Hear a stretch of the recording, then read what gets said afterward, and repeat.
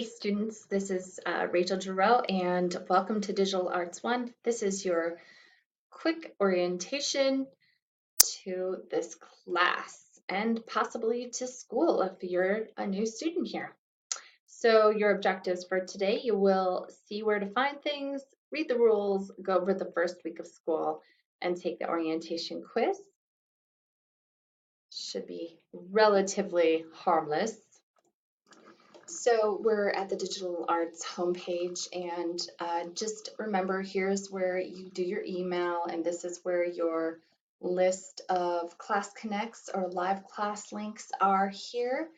And if you're not seeing this stuff here, you're just going to go over here and log out and log back in, and then this stuff will repopulate. So I just wanted to take you over to the plan really quick and give you an idea of what we have going on. There are different views in the plan, and I recommend that you use the week view because it gives you a bird's eye view of everything that you have going on. You should be seeing all of the things that are going on in your classes up here at the top. If you have a teacher that's new to Utah Virtual Academy, they may not be used to using this format, but most of the teachers at this time are. If you have a new teacher that you think might need a little bit of help with learning how to put the plan in this format, you can just have them come and see Mrs. Giroux. You can just say, Mrs. Giroux will help you. She does it, and said that she would help any new teachers that needed it. Anyway, yeah, you can be our eyes and ears and see who's needing help out there. But what's great about this is normally I think the default is an agenda view, and all that is a very long list that just goes on forever. So it's kind of hard to keep track of what's going on with that. The day view is really nice if you're wanting to be succinct and just work in the day, but I really like the week view because of the fact that you can see everything that you have on your plate, so you can help to manage your time over the week. When you have uh, something listed here, an event or a task that you need to do, you can just click on it and say more, and it actually will take you right to whatever the work is. This is your breadcrumb trail, so you can just follow it back to where you were. So that's our orientation that we're doing right now. We have a live class tomorrow, so you can click on that and see more about that. And then we have some lessons that we're going to be working on this week. And so this will take you directly to those lessons and quizzes and tests that come with it. So I've got you working on Unit 2 on Tuesday and Wednesday, and Unit 3 on Thursday and Friday. Let's go into the content now so we can see what's going on there. Here is my contact information right here in the table of contents. If you would pause the video and go ahead and program my cell phone number into your cell phone, that'd be great. Send me a text message. We'll talk about that in just a second. Here's my email. It uses my maiden name. Girot is my married name. We have class weekly on Wednesdays at 2 p.m. If you have any computer issues, call tech support right away at 866-K12-CARE. And if you're going to be absent, just like in any school, you need to call the attendance hotline and report your absence. If you have any questions about events or anything, you can go to the Utah High School website here, and that will have tons of information about what's going on in our school. We're going to be having you download Inkscape if you haven't done so already. We use this in the course, and on rare occasions, students' computers reject the software or just can't support it. So I need you to download it today. Don't procrastinate on that, because if we can't figure out how to make it work on your computer, we're going to have to contact your counselor and get you a new electives course as soon as possible. Class Connect recordings, most teachers will post them in here. I will not be reposting them there. My recordings are going to be posted in the weekly live class folders, which will be labeled with dates in the table of contents below. That course materials is not going to be showing up for you. Here's how I have the classes set up by weeks. So I'm trying to make things as convenient and organized as possible for you so you can see what you need to do.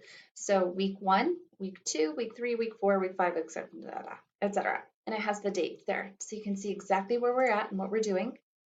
So when you go into that folder this week, there's a live class and quiz. So if you click on that, it just says we have our first live class on Wednesday and that the quiz will show up at the end of the class. So when you come to class and you need to take your quiz, this is where you're going to go to find your quiz. And if you are, for example, a part-time student and also go to school during the daytime at a brick and mortar school, this is where you would come to find your recording and take the quiz. And here we are in the orientation and quiz folder. And we've got a syllabus that we're going to read, and this is the quiz that you'll take after you watch the video. And here is another reminder to download Inkscape with the link and how to go about doing that. All right, perfect. And now let's look at the syllabus. So, welcome to Digital Arts. This is probably the most challenging media arts course you'll take. There's a bit of a learning curve using a vector graphics program such as Inkscape, but with patience, you'll be able to create logos and other art that can be published on billboards, t-shirts, websites, etc. You'll have the opportunity to master a lot of skills, but there will be some room to work at your own skill level and pace. So don't stress, okay? You will be submitting 4 projects, which will be exhibited in my virtual art gallery, and you'll learn how to critique each other's and your own artworks. Live class is mandatory unless you're part-time and take classes elsewhere. Classes are Wednesdays at 2 p.m. Please arrive early so we can start on time. Be prepared to use your mics and whiteboard tools, and 100% participation is the expectation, please. Inkscape lessons. Weeks 1, 3, 5, and 7 will be designated for learning how to use Inkscape. The lessons are meant to be interactive, meaning as you're completing the lesson in one browser window, you are simultaneously practicing the skills yourself on an Inkscape document, step by step, with the lesson. Don't get overwhelmed. Practice a little and then take a break and come back and practice a little more. Everyone learns at a different pace, so don't beat yourself up if it seems extremely challenging. Just do your best to learn as much as you can at your pace. Tests. All tests and quizzes may be taken open book, so please open a second browser and refer to any recordings or readings necessary to find the answers. Please don't guess. That really frustrates me when students don't do their best to engage and learn. If you're not doing well on your test, you may need to take a little harder look at for the answers, or you may need to ask for help. Projects. You will complete 4 projects that demonstrate specific learning outcomes, so be sure to read the directions carefully and text me if you have any questions. Always turn your projects in on time, please. Download Inkscape today at www.inkscape.org. Why today? You need to make sure your computer can support the program. Occasionally, students' computers will not support Inkscape, so just download it today, okay? Okay. If for some reason you happen to be one of the unlucky ones who can't get Inkscape to work on your computer, let me know as soon as possible. I'll troubleshoot with you, and if we can't get it to work, you may need to find another elective course to take today while you can still drop an ad. Critiques. Please submit your work on time so I can include it in the gallery exhibit and critique. Grading. I know you get excited to see your grades, but please give me a week from the due date to grade projects. I have hundreds of amazing works of art to grade, and I like to make sure you all get the feedback you deserve. I appreciate your patience and understanding. Tests are self-grading, so you'll be able to see your results right away. You may take tests again if you bomb them the first time. Do your best though, you're here to learn, not guess. Communication. Please add me to your contacts in your cell phone. Send me a text message that introduces yourself. Like, hi, Mrs. Girot. This is your first name and last name. I'm in your Digital Arts 1 class. Please make sure when you're sending communications that you always tell me what class you're in because I teach several classes. I will then add you to my contacts so that we can stay in touch. So text me if you ever have questions about anything and I'll try to answer quickly. Here is a caution. Please do not leave voicemails on my cell. They sometimes don't show up for some reason, and often I cannot understand what the person is saying clearly. People talk so fast. If I don't answer, just send a quick text saying, call me, or just send me an email. I like to have a paper trail. It's good for both of us to have everything on paper. Academic integrity, cheating and plagiarism. This is really important. Say it with me. Don't cheat. Don't submit someone else's artwork as your own. That is plagiarism. Do not attempt to upload anything to the Dropbox that is not your work to try to trick your learning coach into thinking you turned your work in. That is cheating, and it won't be tolerated. I've been teaching here for 2 years, and even though I make this point really clear, every block I have at least one student who cheats or plagiarizes. And guess what? They always get caught. And it's really embarrassing to me that I have to inform their families, teachers, and principal they cheated. Please let this be the first block where no one cheats. Please. Got it? All right then. Just go ahead and say this with me so that I know that you've got it. Yes, Mrs. Girot, I will not submit someone else's work as my own, and I will never upload something to the Dropbox just to try to make it look like I'm working when I'm not. And if I could just get your virtual signature here, scribble, scribble, scribble, and your date, perfect. Contract signed and agreed upon. Excellent. Gonna just follow this breadcrumb trail back here real quick. Excellent. Now, it's really important that you get that Inkscape thing figured out. I have actually made a video here that will kind of guide you through downloading the Inkscape and testing it out. Make sure that you watch this video. In this video, I'm going to open up Inkscape and lead you through a couple of exercises to determine whether or not your computer will be able to support this program. And then there's the link. So you'll be able to take care of that. All right, so I think that pretty much takes care of that orientation and quiz folder. Let's see here. Let's go to the Inkscape lessons and tests. So I talked about in the syllabus that you could self-pace yourself. And this is kind of where that comes about. I'm going to just take a quick look at the grade book and show you what I mean.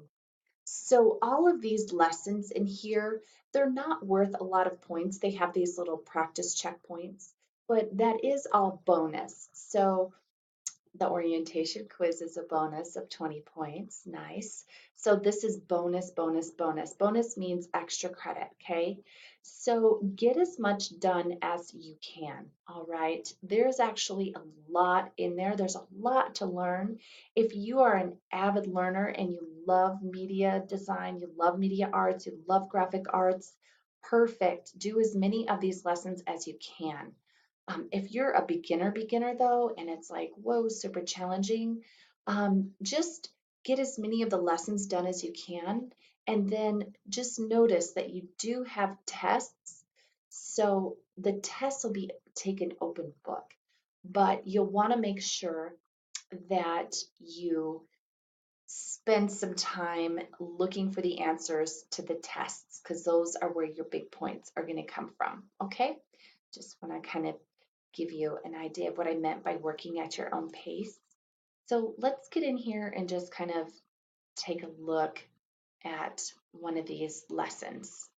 So I'm going to just go to Introduction to Digital Art, and it has due date. So this is saying that this unit is due on Wednesday, and you need to do 2.01 on Tuesday, 2.02 on Tuesday, 2.03 on Wednesday, and 2.04 on Wednesday. That's kind of how I broke it up for you, and then you'll take the test on Wednesday. Okay, so this is how this works. You just click on the first unit. It's always an introduction, and just read. In this section, you'll learn about art and digital art. You'll learn about computer graphics, and you'll use Inkscape. Ooh, exciting. So in this lesson, visual art, You don't really need to worry about these student guides. It's just a little extra work. There's already enough in here for you. Art is the use of human creativity, skill, and imagination to create things such as objects or performances.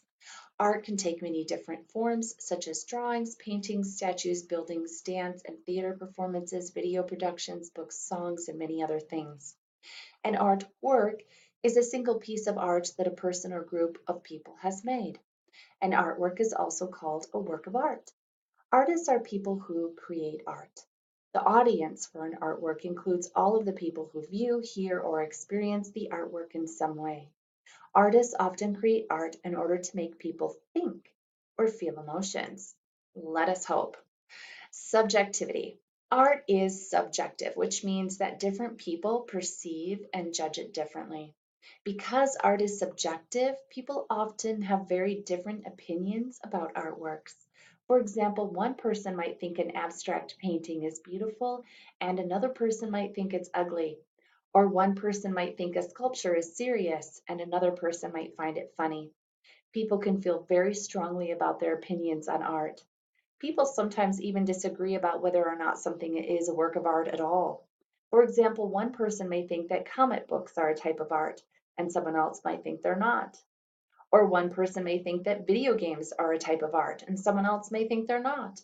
You'll learn more about how to decide whether something is a work of art next. Art criteria. There are many different criteria people use for judging art. People often disagree about the quality of an artwork or even whether something is art at all. Let us learn about some common criteria that can be helpful in identifying and judging art. Intention.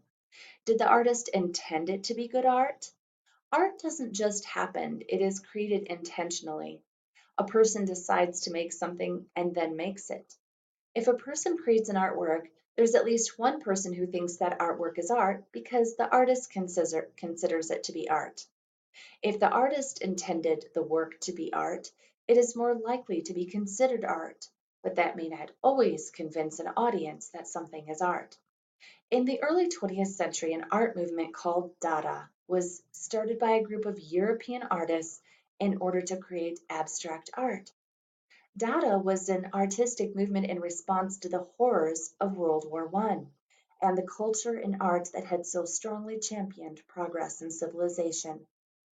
Dadaist artist was whimsical and absurd.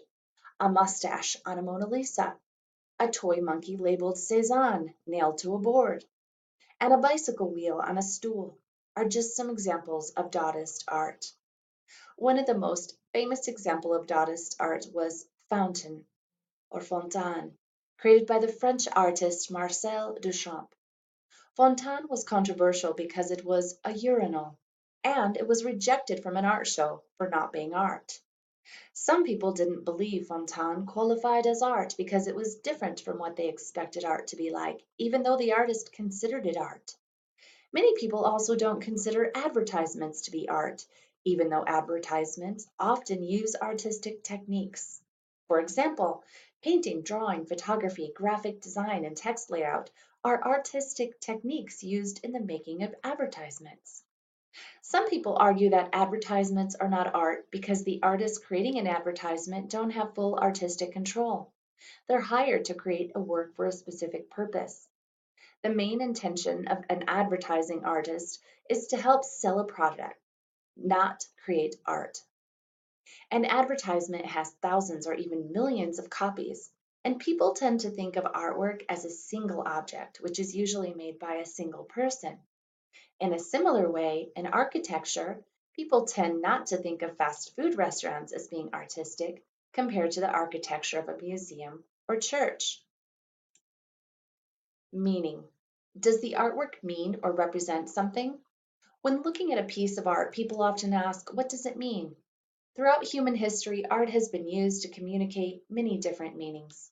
Art has been used to represent the sacred in religion, to tell stories, to record daily life, to invent fantastical images, to explore art and artwork, and many other things. When an artist creates an artwork, that artwork means something to the artist. When someone else looks at that artwork, it may mean something completely different to that person. An artwork can even mean something very different to one person seeing it on different days. The meaning a piece of art has for a group of people can change over time too. For example, the Egyptian pyramids mean something very different to us now than they did when they were originally built. The meaning we find in an artwork is based on our relationship to it. If it's difficult to tell whether art has meaning or if the meaning is unclear, people may have a hard time thinking of it as art. Sometimes the meaning in art is affected by cultural differences. For example, in Islamic cultures, calligraphy, or the art of writing beautifully, is a very highly respected artistic form. The way something is written in Islamic calligraphy has a lot of meaning to someone familiar with it and the language it's written in. But to someone unfamiliar with calligraphy and unable to read it, much of that meaning is lost. An artwork's meaning may not be obvious, but that doesn't mean it has no meaning. Skill. Did the artwork take some skill to make?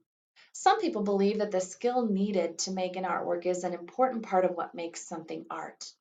If an artwork doesn't demonstrate skilled artistry, those people may consider that artwork to be less like art or maybe not art at all. The original meaning of the word art related to a practical skill in doing something and was used to talk about everything from furniture making to portrait painting, sculpture, and masonry. There are many types of art, and some of them require different amounts of skill than others. Since art is subjective, you may consider skill to be an important part of art, or you may not. Beauty. Is the artwork beautiful? Some people believe that art's role is to increase beauty in the world. In many cultures, fine arts like painting, sculpture, architecture, music, dance, and poetry became more prestigious than crafts like cabinetry, blacksmithing, and tailoring. These fine arts were seen as more valuable because they were focused more on beauty than on practical function. If an artwork is beautiful, people may be more likely to consider it art. However, there are many roles art can play other than creating beauty. Some artworks may not seem beautiful at all. They may seem ugly, grotesque, sad, and so on. Preconceptions. Does the artwork meet my personal ideas about what art is? Preconceptions are a person's internal assumptions about something, such as assumptions about what qualifies as art. When a person thinks of art, they usually have specific things in mind. Most people have their own individual preconceptions and assumptions. Some of these are shared by groups of people. Some artworks challenge people's preconceptions about art. For example, a person might think of art as being recognizable depictions of people, places, or things. Pierre Mondrian's paintings of geometrical lines and color would challenge that person's idea about art. A person might think of art as something in an art gallery or museum. A graffiti artist's mural on a wall would challenge that person's ideas about art. A person might think of art as being still and unmoving. A video art installation would challenge that person's ideas about art. A person might think of art as something made by hand. Art created on a computer would challenge that person's ideas about art. Have you ever encountered art that challenged your ideas about what art is like? Think about what personal criteria you have for judging art. Wonderful. We're at our first practice checkpoint. So we've just completed 2.01. Let's go ahead. I'm going to take a look at this practice checkpoint while we're here together, just to give you an idea of what we're going to be doing in this class. Because art is blank, people sometimes disagree about whether something is a work of art. Do you think it's skilled, subjective, creative, or imaginative? Now, remember, you could go back and check if you're not sure, but I'm going to give this one to you. Subjective is the correct answer. Perfect. So that's worth 1 point. Now, I'm going to move forward into this lesson a little further. I think I'm going to work on into Unit 3 for a moment, because I want to show you what it's going to be like when you start working in Inkscape. So, lesson introduction. Make Bezier curves. Oftentimes words are in French, like my last name, Girot, and the T in my last name is silent. And so is the R in this French word, Bezier.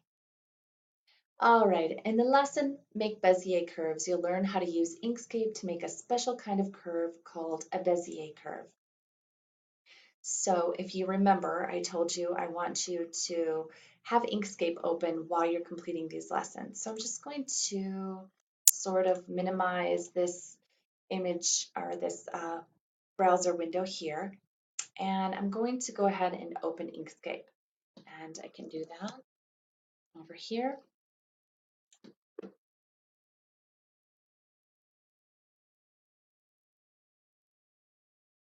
And if you can get a second monitor, that would really be optimal because you could just slide this right over onto your other monitor instead of trying to squeeze everything in one small window.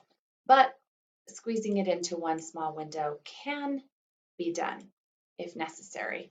But you can actually get monitors at pawn shops for very inexpensive, and it is so worth it if you're going to be doing your school online. So I've got my Inkscape document open, and obviously I'm going to save that, especially if you watched that little preview. You know all about saving now, right? So it says open Inkscape. Okay, we just showed you how to do that, so we can skip that. Save the project file. I showed you how to do that already, but if you can't remember how, that's how you do it. And the Bezier tool can be used to draw straight lines in a special kind of curve called a Bezier curve. Bezier is pronounced Bezier. Using the Bezier tool to draw a curve is a little tricky. It will probably take some practice.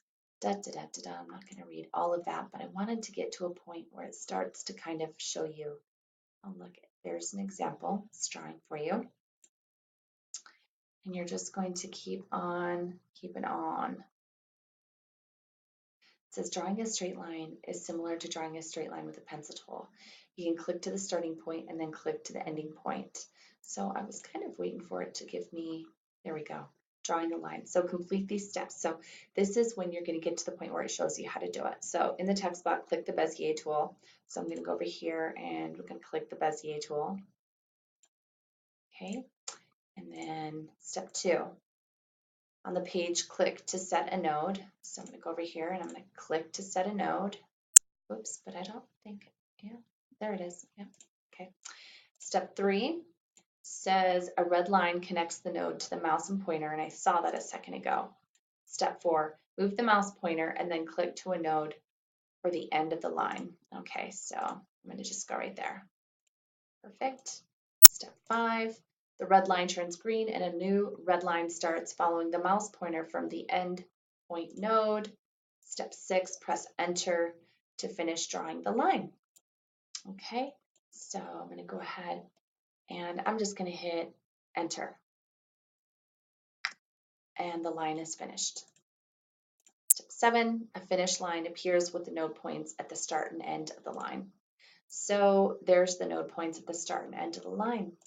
So that is pretty much how these lessons work, and that's why I said it can seem a little overwhelming. Continue drawing a line, so you're just going to do the exact same thing to follow those steps there. So hopefully that's clear what I mean by completing those lessons and practicing step by step on an Inkscape document. So the final thing that I need to talk to you about is taking open book tests. So let's go ahead and find a test real quick. Here's one. Here's the test. So I'm going to right click on the test and open the link in a new window. And then look, it works. Okay, so I can go ahead and start the test or start the quiz as they call it once you're in there. Okay, and then I'm going to resize it so it doesn't take up the whole screen. Or if you have your second monitor, that's always awesome. So I can read my questions, or actually I can access the content over here so that I can find the answer. So the first question says, what are preconceptions? Ooh, do you remember when I was reading about that? Yes. Preconceptions, are they a person's internal assumptions about something, different types of art, the intentions of an artist, or artworks that meet most people's criteria. So they're a person's internal assumptions, right? Just read about that. What does it mean to say that art is subjective? Does it mean different people perceive and judge art differently? Does it mean most people like and dislike the same things in art? People can always tell what a work of art means, or people don't usually have emotions about art. That means different people perceive and judge art differently, right? Question 3. Which type of computer graphic can be blown up to a much larger size without getting distorted or losing quality? So guess what? That is going to be in a different section than what we've read.